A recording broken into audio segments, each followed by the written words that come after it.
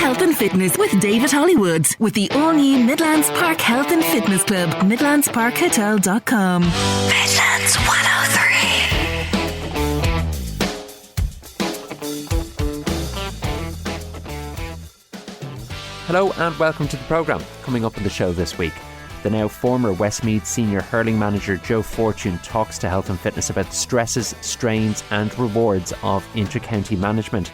You'll meet the Tullamore Harrier who survived a dog attack to storm into the best form of her life to claim a call-up for the European Athletics Championships. National Carers Week is coming up. Family Carers Ireland are on the programme to talk about a developing crisis in the sector and their Heart of Gold campaign. And Westmeath psychotherapist and author Rory Hafford talks about generational loneliness. But the dust has just about settled on Westmeath's inter-county campaign. It's been an up and down one, certainly. Some silver linings and bright sparks, but ultimately disappointment in the Joe McDonagh Cup. I'm very glad to say that Joe Fortune joins us to look back on the campaign. Joe, from your perspective, how are you reflecting on Westmeath's season? Look, I suppose it's a week, David, since we've been put out, really, like since the end of the Joe McDonagh campaign. It probably falls into two or three main brackets, really. I think over the course of the National League, like we had, somewhat of a successful National League, very, very competitive Division 1 against really top teams, the teams that the players want to play against. And we acquitted ourselves, apart from one game, really, really well. Ran Limerick really, really close in Cusack Park, and then went down the following week or 2 weeks later to play Tipperary in Semple Stadium, and again, put in a massive performance there.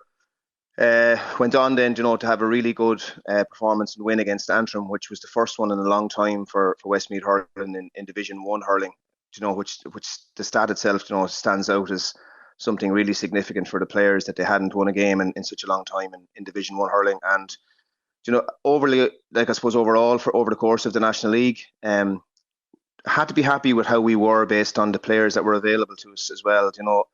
I suppose it's something that I'll touch on probably going forward as well, which is that the condensement of the year doesn't allow for any significant injuries to a county like Westmeath at all. And when we had significant injuries and people missing, there was a big dent. Really delighted with how some of the younger players stepped up. Got a lot of experience into some of the under 20 players in the National League, and the likes of Peter Clark and David Williams, David O'Reilly, Conor Gaffney, Rian Holding, he was part of the panel as well. Like they really played a massively, pivotal part of the group, and was delighted to kind of get game time into them over the course of the National League. So overall, happy with that element of it. And then I suppose, look, there is disappointment, massive disappointment from a management point of view, from a manager's point of view, from a player's point of view, that we just didn't seem right for the start of that Joe McDonagh. And it wasn't down to preparation. It wasn't down to anything else, except we just didn't perform on that first day. And we found it really hard, David, after that to kind of really get our bearings again of where we were. Credit to Kerry on the day, in the first day in Cusack Park. They were hungrier than we were. And I've mentioned that on a couple of occasions, that, no matter what team you're in charge of or part of, like, you have to have that real hunger to win. And it just didn't seem to be there for us for whatever reason on that first day. And there were a number of factors. Like we had significant injuries. The under 20s played the day before. That's a huge bone of contention for me, that how tight that competition is. Whatever way they want to talk about it being tiered or whatever for the development of hurling, but to ask those players to play the day before in a really important championship match for the 20s and then come out for the start of our campaign, it was a distraction. Is that the reason? Absolutely not. But it's one of the reasons, along with some significant injuries, and also the fact that we just didn't perform on that first day. It goes to show how marginal the differences are between the sides in a competition like the Joe McDonagh Cup, that Westmeath, with their immediate track record at the very top of hurling in league action, and as you said, performed really well against the likes of Limerick and Tip, can be beaten then by a Kerry side who just turn up with the mentality right on 100%. And even if your players are at 95% or 93%, that can be the difference, and ultimately that can then dictate the kind of championship you end up having. Look, you've summed it up in one. Like that, you're bang on the point there, that no matter what team you're involved with, if you drop a percentage at all in mindset, whatever about performance, but even in mindset, on the basis of what you've done previously to that game, it's going to go against you. And I suppose Kerry came up with nothing to lose.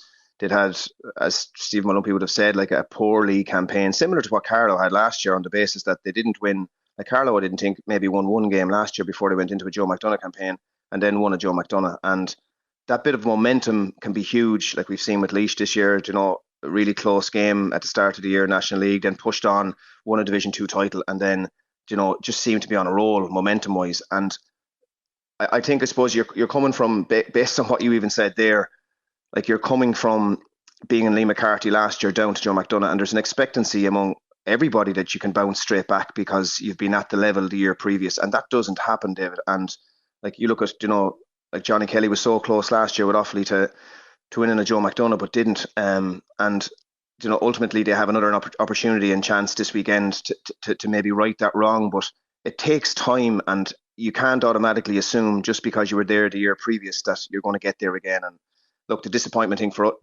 for us is that we realised ourselves that it's on us, on the basis that we didn't perform against Kerry, and then we just found it really hard to get any sort of traction at all. Anything that could go wrong, between, you know, players being injured, we had a couple of lads involved in a car crash, you know, sickness. You know, we were going to Offaly, our full back on the morning got really, really sick. You know, we'd had a couple of really big injuries going into the Offaly game as well. And going back to my previous point, that if there's a sense at all that you're losing a couple of players in counties that, you know, really rely on the kind of the top 18 to 20 players being, you know, very strong, it just puts a dent into it. And, you know, there was a huge air of disappointment over those first two games, and then we went up to Ballycran and against a really good Down team and found it really hard up there after a great start. You know, had a really good start, positive start, and then we lost Killian.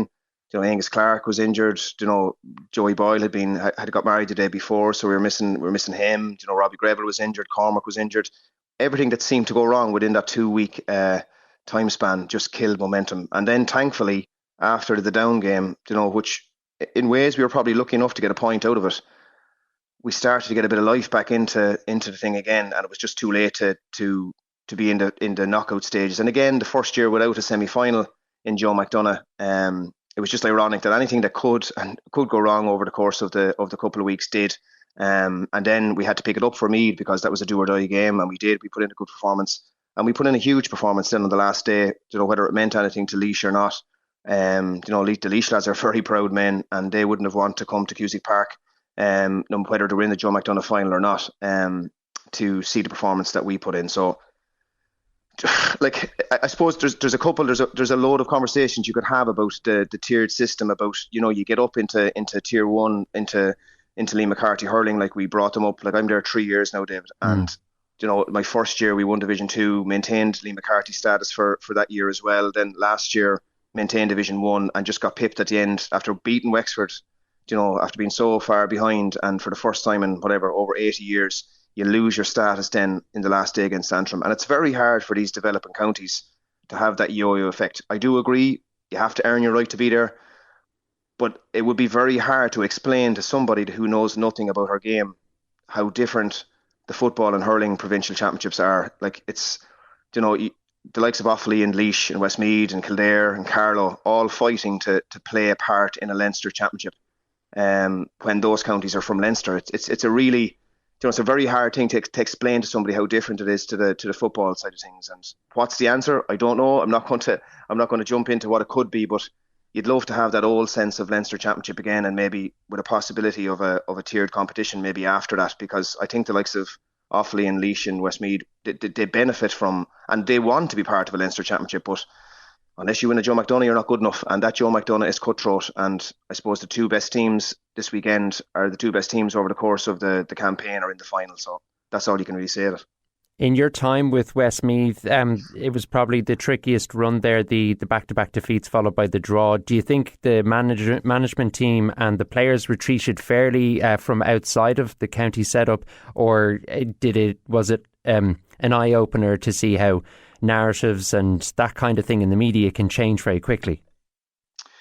Yeah, I don't want to look, the media again, you know, radio, media, all that kind of stuff. That's your job. Like, I expect, if we don't perform well, I expect David to turn around the following weekend and say, you know, the performance wasn't good enough. I suppose my biggest bone of contention and it's been said by a number of intercounty managers, is sometimes like you will put your name after a report. Does that make sense? Do you know, if I have to talk to Oisin Langan, or if I talk whoever I have to talk to after a game, do you know, I look at the lads up in Westmeath and who have been very kind to me, Jerry Buckley and, you know, Paul O'Donovan, those lads, they put their name beside something that they write. And if we're not good enough, we're men enough to take it. The only thing that I find really difficult to take sometimes is some of the stuff that doesn't have a name online, like the likes of, you know, with Twitter and these chat forums. They can be very hurtful to players and to management and to people involved. And, you know, you have a sense of the easiest thing to do is to sit at home behind a computer and write a comment that doesn't really have a solid base for it, except it's an opinion that you're putting in a public forum for people to read. And,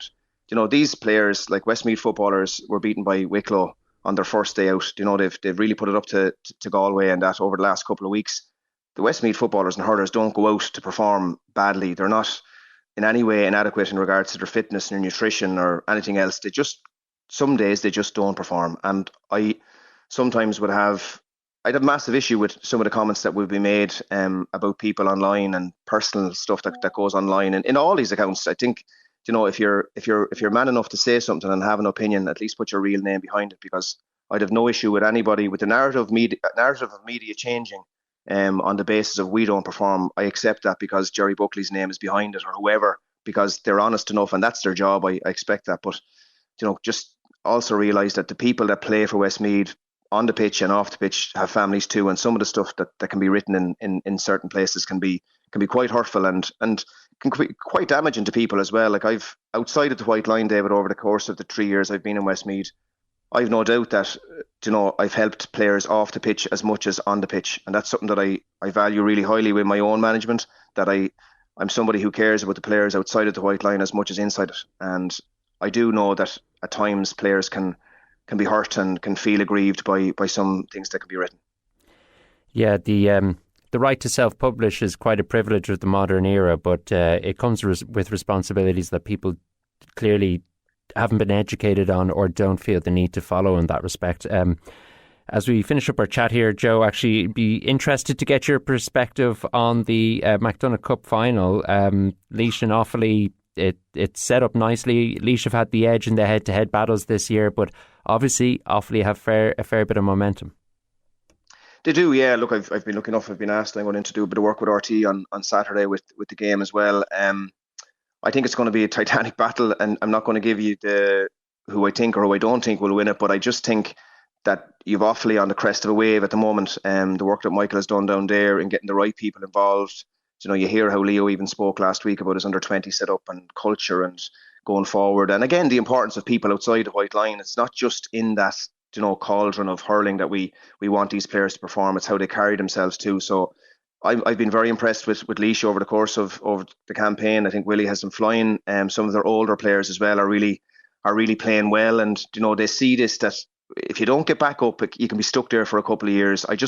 At the moment, you have to admire the sense of spirit and pride that's coming back into Offaly hurling as well. I think, you know, it's huge to see the colour and the flamboyance and the support that they have at the minute. It's absolutely it's magnificent for hurling, not just for Offaly, for hurling. No, I think it's huge for hurling people to see Offaly coming back. But look, the likes of Paddy Purcell and Enden that won't stand back and roll a red carpet out for them next Saturday evening. I think it'll be a huge game. I think it's a massive game for both counties because, like I said to you, you know, if you don't take that chance this Saturday evening, you don't know when you're going to get back there again. You can't guarantee that we'll get another shot at this year and next year, and it just doesn't happen like that. So I think for the sake of the competition, I hope, because it's the only time that we really get media attention and real, I suppose, coverage of the Joe McDonagh, the final. And you'd hope for the hurling people of Ireland as well, that they get a real ding-dong battle on Saturday, and it provides that platform to show people that, you know, there's not much in the difference between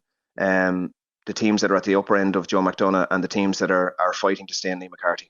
Yeah, hopefully there's plenty of class and colour on display when it comes to the final. Joe, thanks for taking the time to talk to us. Good man, David. God bless you. Laura Mooney will be flying the flag for Offaly, the Midlands and Ireland in Rome next week when she takes to the track for the European Athletics Championships. You meet her next, and she has quite the story to tell. Midlands 103. June 7th to the 12th, Team Ireland very much will be taking centre stage at the European Athletics Championships in Rome, and the Midlands will have a number of representatives, one of whom is Laura Mooney of the Tullamore Harriers, who joins us on Health and Fitness this evening.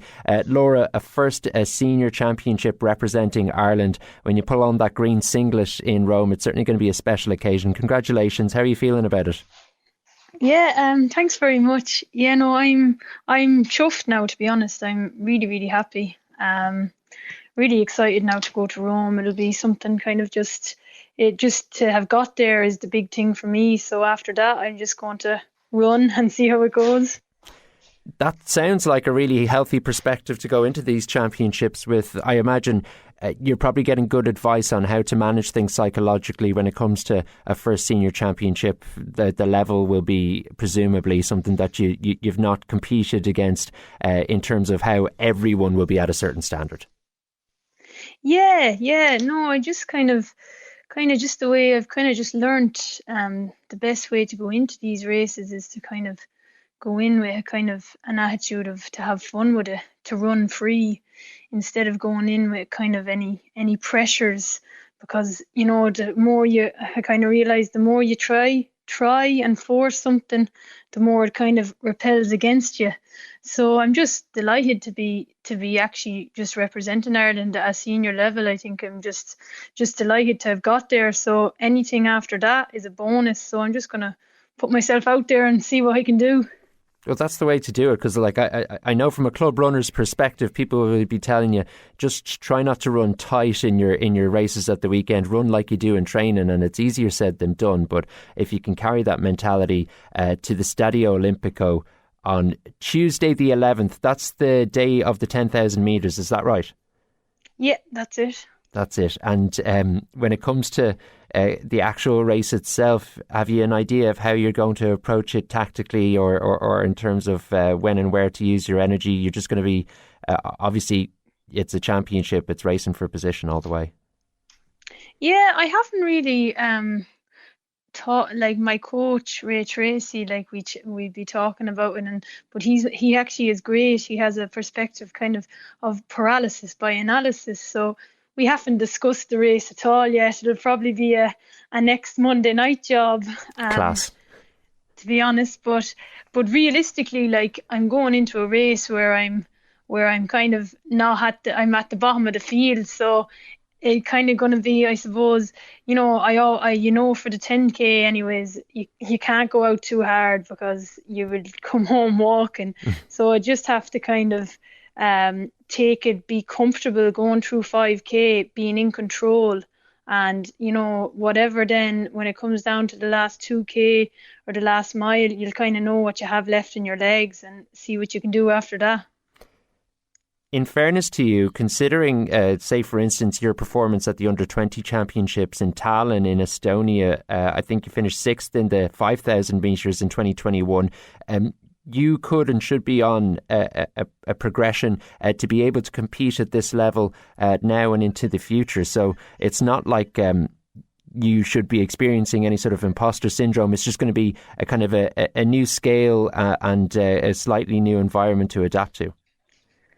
Yeah, exactly. Yeah, like I have represented Ireland in Estonia, and I represented them in 2 cross countries, and like it's this will be kind of a different caliber altogether. But I suppose it's just kind of I learned my first time representing Ireland in the cross country at Under-20. I remember I really let the pressure. I ran really well in America the whole season, and I'd kind of every race in America I didn't really pass any remarks on because I was geared towards the Europeans. That was my kind of goal.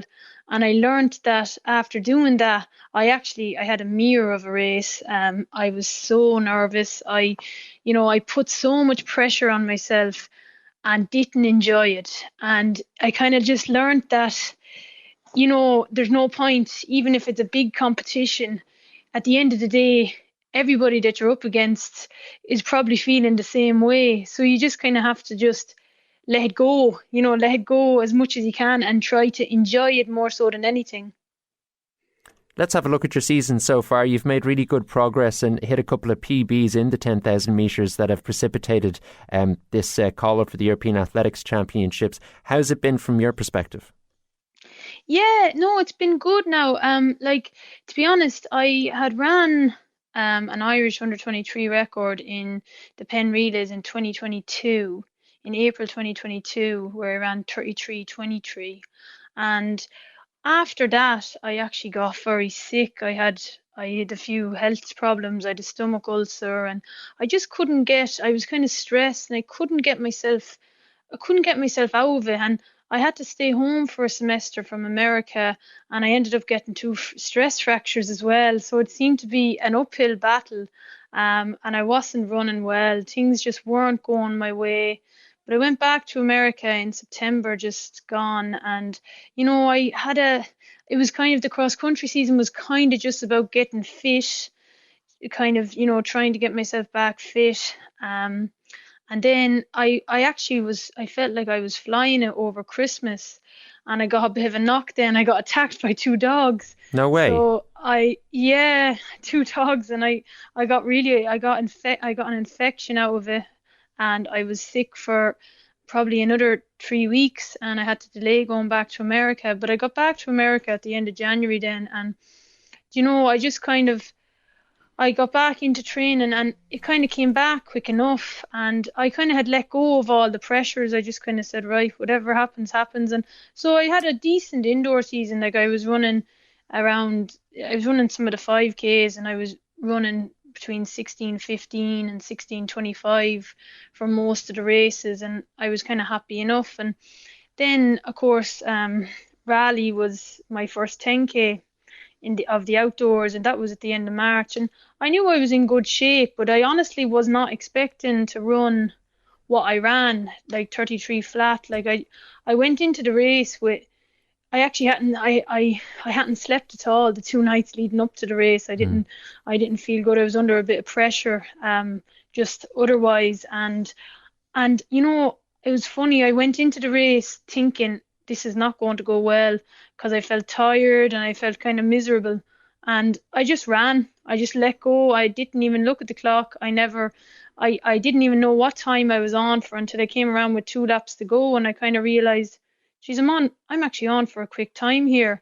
And I finished in at 2:29 last day 100, which is for me like a 73-second last lap, like, which I nearly wouldn't do that on its own if I was doing 400 of heats. So it was a shock, like, so I was really happy. And then after that, I suppose I was on a kind of a high, and I went well at the Penn Relays. I ran 15:59 for the 5K, and then I did the Big East. I ran 33:16 there and came second. And then, of course, I had regionals just recently in Kentucky, but they didn't really go my way now. We had a storm delay, so the race was supposed to go off at 6 o'clock, and we were warmed up, ready to go, and they cancelled it, and we had to go back to the hotel, and they didn't tell us then till 9:30 that we were still racing that night, and we had to race at 11, and I ended up finishing 19th in 33:27, I think. But yeah, no, I just didn't feel in it. It just didn't go the way I hoped, but that's the way sometimes. Yeah, you've given us so much there that I want to go back on, and just on the NCAAs, that's a good example of probably a lesson to be learned, or an experience that you don't want those experiences, but it's money in the bank in terms of knowledge in the future, isn't it? Oh, definitely. Like, I mean, at the end of the day, I can't really feel sorry for myself, because there was 48 of us on the line. It was a big race, but every other girl in that race was probably feeling the same way. You know, we all had warmed up, and all of us were ready to go, and they pushed it off. So it's kind of just teaches you as well. You know, you had to have food on the go, because, you know, you had to be able to eat again after being warmed up, and because you weren't racing until 11. So yeah, it definitely was a great experience. The dog attack, Laura, my God. So this happened in Ireland, and you got an infection off at the back of it. That's ridiculous. Look. Yeah, actually, it's funny. I do be down in Clare a good bit. I love it down there. And I was down there with my brother and we were in the middle of a tempo run. And two Rottweiler dogs they came out from behind. I didn't even hear them or anything until I felt some excruciating pain Oh my God. in the top of my leg. And one of them had clung on to me and he dragged me down. And the other one then came in front of me. And I suppose, to be honest, I reacted very well. Instinct kicked in and I started screaming and I managed there was one of them on my back and the other one was trying to grab my hand. And I managed to get my two fingers into his eye and he whimpered back and it gave me just a split second to get the other fella off my back. And I was screaming so loud, the owners actually heard me then. They were able to come out and pull them off me. So I have to say, I was very lucky. That's the most time I've ever felt that my life was really at risk. That's one of the more intense stories we've ever had on Health and Fitness, I can tell you that much. So look, I suppose the important thing to say then is obviously, you know, as a runner, getting bit in the leg by a dog who can drag you down, as it were, it was fortunate on one level, I suppose, that those teeth didn't get sunk around an Achilles tendon or something like that, considering the situation you're in. Actually, yeah, I was very lucky. I actually had to get x-rayed the wounds were very deep for teeth fragmentation. I was lucky that I was up on the very top part of my thigh where I had a bit of flesh, because they told me if you had to get at my knee, you'd probably never run again. Wow. So yeah, I was very lucky at where I was got. On a more prosaic level, Laura, you've got Rome coming up, and you're currently studying out in Providence College in Rhode Island, and you mentioned Ray Tracy, who everyone will know is a fantastic distance running coach. How are you enjoying your time over there?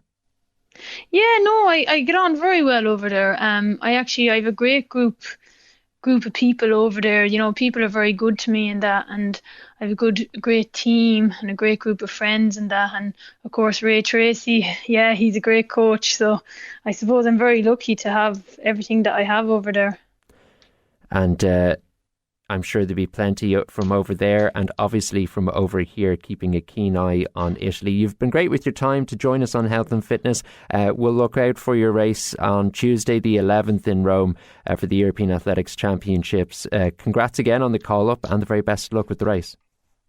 Yeah, no, thank you very much. And I just the last thing, I just wanted to thank everyone in Tullamore Harriers. You know, they're all very good, and you know, they're always supporting me and giving me the best they can, and especially to Damien and of course the late Tom Godley, which R.I.P. rest in peace for poor Tom, but he was great in there in the Harriers. Even when I was me and my brother does a bit of running, so when I was a youngster in there, he was always having everyone going, keeping everyone going. So so I just wanted to mention him there. I'll be thinking of him when I'm out in Rome. That's great, Laura. Thanks again. Thanks very much. National Carers Week is coming up. How much do you know about the challenges facing those who take care of those who need it? We're going to highlight some key issues next. Midlands 103. Now, there are over 500,000 family carers across the country in Ireland at the moment. And in the Midlands, that figure is just over 25,000, taking in Laois, Offaly and Westmeath. It is National Carers Week coming up, and their main day will be the 13th of June on Thursday. I'm very glad to say that joining us from Family Carers Ireland is the Community Support Manager Beth Wogan, who's speaking to us live from their head office in Tullamore. Beth, thanks very much for joining us on Health and Fitness this evening. Thank you very much, David, for having me. Not at all. The number of carers in this country is enormous, and I'm sure it's probably even bigger than the official statistics suggest. This week, probably every year, is big, and it's important for Family Carers Ireland and carers across the country. Yes, this next week rolls out Carers Week. It's always 1 week in June, so it's June 10th to June 15th. and it's where all the support managers in Ireland will have wellbeing events and social events going on for all the family carers throughout the country. So I encourage any carer to get involved, to go to their local centre, or just to look us up online on our Facebook page or our calendar events on our website. All the events are there, the ones that are in person, including the multiple ones we have virtual. Okay, very good. Now, I know this Carers Week coming up next week is there to raise funds for Family Carers Ireland, the programmes and supports and services that you offer, but also to raise awareness about the challenges that face family carers. And unless people live through this or look into it, a lot of the time it can pass them by. So what are the challenges that need addressing from Family Carers Ireland's perspective as a priority? Well, first I'll start just by saying, yes, including Carers Week, we do have our national fundraiser there, which is on June 13th here in Tullamore. It's on Thursday, and we'll be outside Centra in Henry Street and the Credit Union in Patrick Street in Tullamore. And all that money that is fundraised from all the local people will be all put into all the vital services that we provide for the carers in the counties, and that would be throughout Ireland also. And so basically that goes to everything from our counselling, support groups, our centres, training, education, respite, etc. But the main challenges I meet every day are people coming in with their applications for carers allowance, care support grants, DCA, all the applications. People struggle with them. They're not easy. The government don't make them easy to fill them out, and they're actually hard to get a positive outcome. So I help them with all of that. And of course, we're always talking about the means test with the carers allowance, but we're trying all the time to have it abolished. Long term, we hope that will come into effect, because we always feel it's very unfair that the carer is means tested apart from themselves, but on their significant other or partner, which really is not right. An awful lot of the carers cannot avail of the 18.5 hours a week that you are allowed to work with the carers allowance or the carers benefit, basically because they can't. They're providing 24-hour care, full-time care, and there is no respite to cover the hours for them to go to work. The HSE provide a home care package, which is possibly an hour in the morning and a half an hour at night, possibly 1 to 7 days a week if you're lucky, but that's the support from the government. We ourselves provide a respite service, which you can avail of if we have a worker in the area. It's all funded by the government, but they're the biggest challenge, the financial cost of caring and the fact that there isn't enough respite. There isn't enough respite to go into the homes to allow people to stay and live a full life at home. And there isn't enough residential care either when it's time for them to go into residential. Apart from the nursing homes, I'm talking about the care of the younger population, where there's no residential care for young adolescents. Adolescents, children with severe autism have no choice, they can't live at home. There's no places for them. They're being told there's no hope for them. They've been told that they have to abandon or be homeless. That's how you get a residential place at the moment. So these are my biggest concerns. And of course, I address them all the time when I lobby with the local politicians and nationally. Beth, that's a long list, and it's quite concerning considering obviously from the top of your head, you know the stuff inside out by listening to you, and it sounds like you've been working against this and living through it for a lot longer than yesterday or the day before.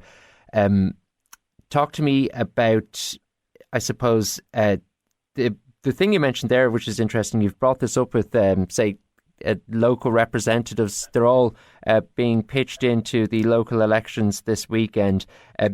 Would you take any solace or have any hope that politically things can be improved at a local level, for instance? But at a local level, I look at the local issues rather than the systemic problems across the country. Where locally, I will be always raising my concerns with the county council and the wait, the grants, the wait for adaptations in the home, to be told it's 5 to 9 years of a wait for a person to have a bathroom, a bedroom or a bathroom built downstairs. I mean, it's ridiculous, the wait time. So I would be lobbying all the time locally with the local politicians regarding the specific things locally that we would need. Okay, and tell me about the 50 Miles in June challenge. The 50 miles in June, it's actually virtual. You go online and you can actually walk the 50 kilometres, get a sponsorship card, get people to walk, and all that money is fundraised. It's all donated. It all comes to us as well. That is virtual. Very good. For those who can't attend street collections when it comes to Heart of Gold Day on the 13th of June on Thursday, donations can be made online. Donations can be made online at www.familycares.ie/donate. You can go onto our website page. People are very, very good in County Offaly. I have a Coins for Cares collection, and I constantly have people coming into the office with their little bag of coins. I'm very grateful for it because every penny counts. So it's great. It's great. You can donate anyway, at any time, of anything that you can afford. I know being an advocate for a group like this can be very difficult at times, but by the same token, you must come across a great, remarkable amount of people who are phenomenally committed to caring for people that they care about. David, the only word I can say is awe. I'm in awe of them every day when I speak to them. I get a glimpse of their world, and I don't like it. I get a glimpse of how hard their lives are. I'm in awe of every one of them, and every one of them are so valuable to us, to society. But unfortunately, I do believe that the government don't see how valuable they are. And I do believe until you've lived their lives or walked in their shoes, you don't know. No. Finally, to finish up then, Beth, in terms of if people are donating to Family Carers Ireland over the course of the next week or so, what kinds of things does the funding go towards? What are the key things that Family Carers Ireland do on a daily basis? Well, on a daily basis, for instance, we have all free counselling for all the family carers. That's 8 free sessions, and that's €480 for every time I refer somebody for counselling. We have all our centres that have to be maintained all over the country. We have training, workshops all the time, both online and virtually. I could go on. We have respite, we have a legal aid support team. For every service that we provide, all the funds go to. Okay, it's and we have we have our free care line as well. I should say that as well. And that free care line, if anybody does need to reach out, is 1800 24 07 24. So that is 1800 24 07 24. Beth Wogan, Community Support Manager with Family Carers Ireland. You've been great with your time. We wish you the very best over the course of National Carers Week and Heart of Gold taking place on Thursday the 13th of June. If you want to donate, online familycarers.ie/donate. Beth, thanks again for your time. Yes, thank you very much, Dave. And I just want to say in advance of next week, thank you very, very much for the support you've given us all the time in County Offaly and in County Laois. Thank you very much. Young people are feeling more and more lonely. They're even feeling isolated in the company of others. A Westmeath psychotherapist and author stops by next to try make sense of it all. Midlands 103. All the lonely people, where do they all come from, is an evocative refrain from the Beatles that has carried through to the present day. And whilst we are all still very much connected personally, I suppose it's changed significantly over the years. There's digital loneliness as well as personal loneliness. I'm very glad to say that joining us to talk about loneliness is Rory Hafford. And Rory, as I was saying there, loneliness can appear and exist in many different contexts. My understanding from what I've been reading lately is that we can even feel loneliness when we're surrounded by people as well. It's a complex human issue. Oh, hi, David. How are you? Absolutely. And it's one that I see in an increasing level in the clinics that I run as well. People presenting with just a sense of, and a deep sense of isolation, almost as though they don't belong. Now, a lot of it, in my opinion, and from my observations, comes down to the fact that the online world has pretty much decimated human connection.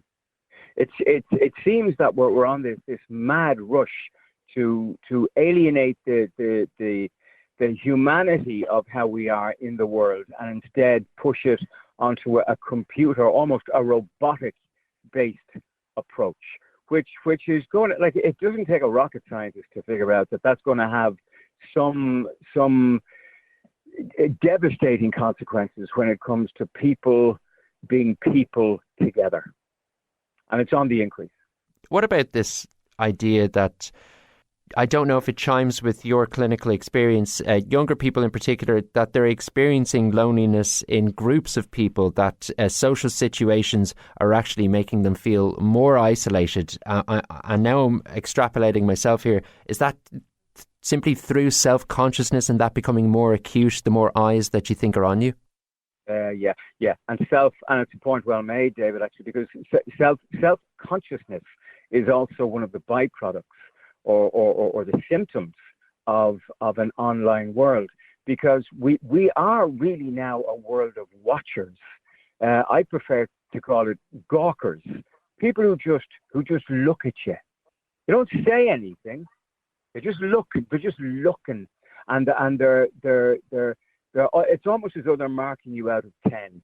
So for the younger generation. And again, we've heard stories of bullying online and people being put down for how they look and how they speak and where they're from. Well, in social situations, you bring that into that gathering.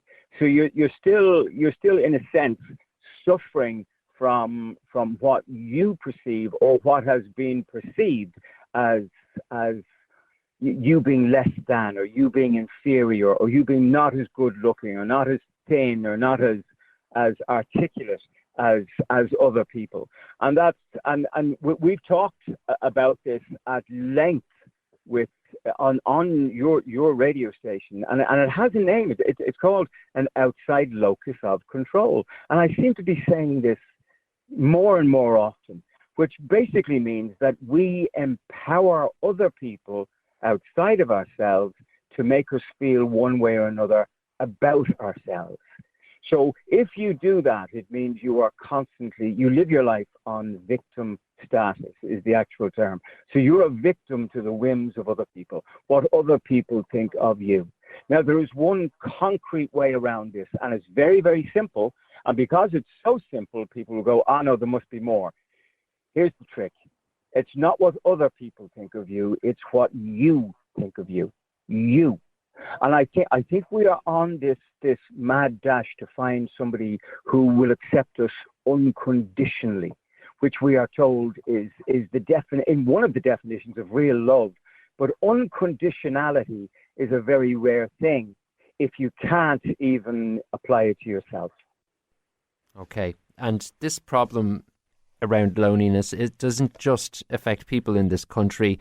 According to the UK's campaign to end loneliness, some 25 million people there have reported that they are occasionally, sometimes or often lonely. And in the United States, a pioneering Surgeon General, Vivek Murthy, is arguing that loneliness is escalating into a public health emergency in that country, affecting 1 in 2 Americans, with health implications as serious as addiction and obesity. And they're warning that it's as dangerous to health as smoking 15 cigarettes a day, which is a real stark description here.